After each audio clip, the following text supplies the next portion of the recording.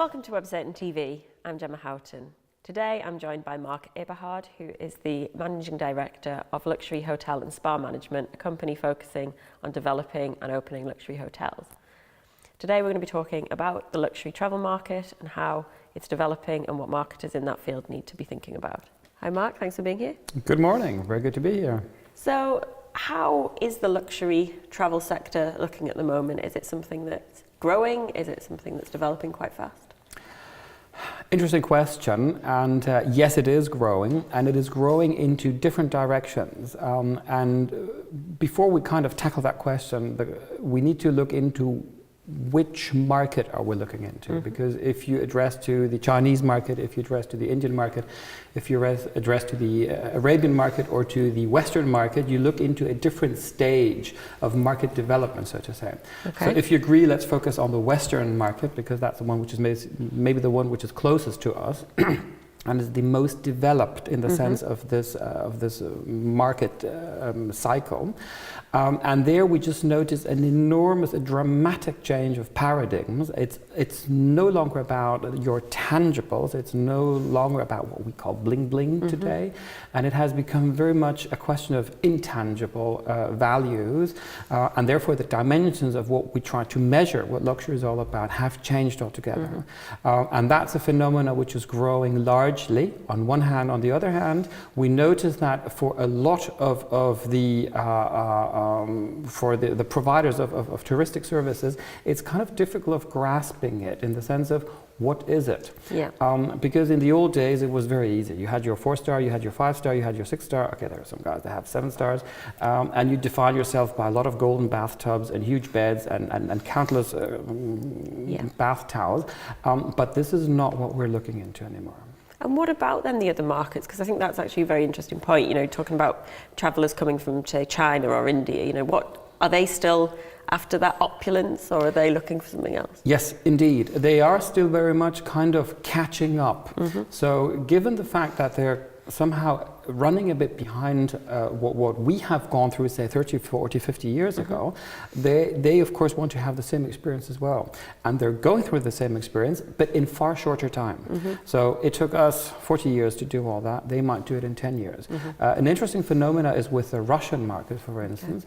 We all remember the Russians 20 years ago with their bling bling blue jeans and all these little crystals on it. And today in certain areas they're even leading the field in terms of trends, which shows that they learn very quickly, they adapt very quickly, and they would just want to catch up with the rest of, shall we say, the matured luxury markets. Yeah, so that's actually an angle to probably take when targeting those markets. It's about, you know, you want to get up to this new level, you can join this new trend and make them feel part of it. Very much so, yes, very true. And very important is to say that it is a market which is guided by the audience, by the demand, and not so much by the supply. So when you're mentioning there about the change in, you know, moving away from the physical things and more about the experience, what kind of things should hotels be, you know, thinking about to make that experience so special and to help them stand out from their competition? That again is a very complex phenomenon, because it's things that are difficult to measure and they're extremely individual. Because everybody has somehow a different perception of what he wants, but we try to kind of distill what the essence of these new luxury dimensions are, and we kind of found about 5 or 6 different pillars to put this luxury understanding on. Whereas one is space and time. Space not just being a huge hotel room, but also what happens around the hotel. So when you open your window, you might not just want to have a highway and intersection and crossing of your rail tracks and whatever, but you want to have a bespoke view into a mountaineering scenery, or into a beach or the desert or whatever. But then it is also about time. Time is, as we all know, probably the most valuable thing that one can have these days. It starts with a very simple thing. We enter a hotel, the first thing that a receptionist will tell us, well, your breakfast will be served from 6:30 to 10 o'clock. by all means, what does it take to offer breakfast at 3 o'clock in the afternoon? So it's this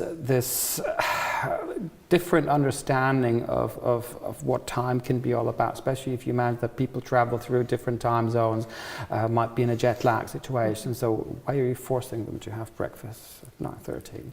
So that'd be a second dimension. The third one would be the personalized and the individualized service. So you do not want to be just put into some kind of a box, but it is like me with my guest profile. And that is something which is enormously important. And this is actually where we can see that we distinguish between high-end and top-end hotels. So the top-end hotels get smaller and smaller because they really want to focus on the needs of its individual guest. A fourth dimension is exclusivity. So it's about having something which is unique. Yeah. It's small, it's 10 rooms, it's 20 villas, it's 16 bungalows, it's not 200, 300, 500 rooms, it's the small and nice ones. So a fifth dimension would be safety, and that not just being that you don't get shot on the road, but also to have this opportunity of opening your window and breathing fresh air, opening your tap and drinking the water, safe water, healthy food, very important. We know all these organic, new things coming up. But then increasingly also a phenomena, as in if you have the rich and famous wanting to live in some kind of a hidden parallel universe of incognito, paparazzi-free zone, where you just need to guarantee that they will be left alone. So that would be a fifth, and maybe a last pillar would be health altogether. So it's this Aphrodite thing about it, living forever.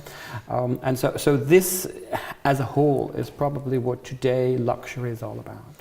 And obviously a huge part of that is what you deliver in the hotels when the guest arrives. But before that stage, you obviously have to inspire them to want to book and stay with you in the first place and reach them and help them even know that you exist. So when it comes to kind of the marketing aspect of it and the positioning, what are the kind of key fundamentals to have in place there to make sure that you can get across the right message and connect with the customers that you're trying to reach? It's maybe easier to start answering the question by what you should not do. And a lot of the traditional messaging tools are maybe not the way to go. So your big billboards, your ads, your whatever is maybe not really what you want today. There again, it's a question of building trust. And trust you do not build by just bombarding your target audience with some kind of, with all due respect, stupid messages, but it's much more sophisticated. And therefore I think the most powerful tool that you have when you talk luxury, advertisement, luxury, marketing is word of mouth. And it's by recommendation. And then eventually it gets some kind of a closed circle of hotelier, of travel trade, professional, of guests who start to become some kind of a family. But beyond that, of course, you would have the whole range of new technologies, the digital technologies, pictures, of course, very, very strong message. And then, of course, you also have the fact that anything related to these classification charts is somehow down the drain. For a lot of consumers, and especially potentially luxury consumers, it's not just about their experience, but it's also about the brand and being associated with ethical, responsible brands that matters to them. How do hotels need to think about that in their marketing and their positioning to kind of tell a brand story and make sure that they are, aligning with what their customers are expecting? Hugely important. Today we talk triple bottom line, so it's a question of economical profitability, but then at the same time, equally important is your contribution to social responsibility and to ecological sustainability. So yes, very much so. So much actually that has almost become a selling argument. And you would have a lot of resorts that would have their ecological conservation projects going on. They have their contribution to the society. Huge topic, very much so, yes. And how do you see the next few years looking kind of for the luxury industry? Where do you see changes happening, and what do you think are the most important things for luxury brands to be looking ahead to? I guess what we will see is a bit of a gap opening up. On one side, you have the big brands, which are likely to steer still along the line that they're on at the moment. However, and as I mentioned before, we distinguish between high and top end. So these big brands, they will likely not make the step up to top end. They would remain in this high end tier. Yeah. But the leaders in the field, the ones which kind of lead into the future, which are showing us what the new trends are, where the beef is, so to say, will be the top end hotels, which are more likely to be individual hotels. For the simple reason is because they need to fight, they need to battle against a very competitive environment, and they always have to remain one step better, 2 steps ahead. So they are the ones to look out. They will be very innovative, and what they will take up is this responsibility towards the planet, towards global development, where it is all eventually a question of experience, but a sustainable development, a sustainable experience, a sustainable understanding of that we are guests on this planet for a duration of 1 generation, and we pass it on to the next generation, and to maybe reduce a bit of the destruction that we do. And I guess this is one of the core responsibilities that we have for generations to come. And in that very aspect, if you want that something trickles down the road, you start at the top. Yeah, absolutely. Great. Well, thank you very much for talking to us today. It's very interesting to speak with you. Pleasure is all mine. Thank you very much.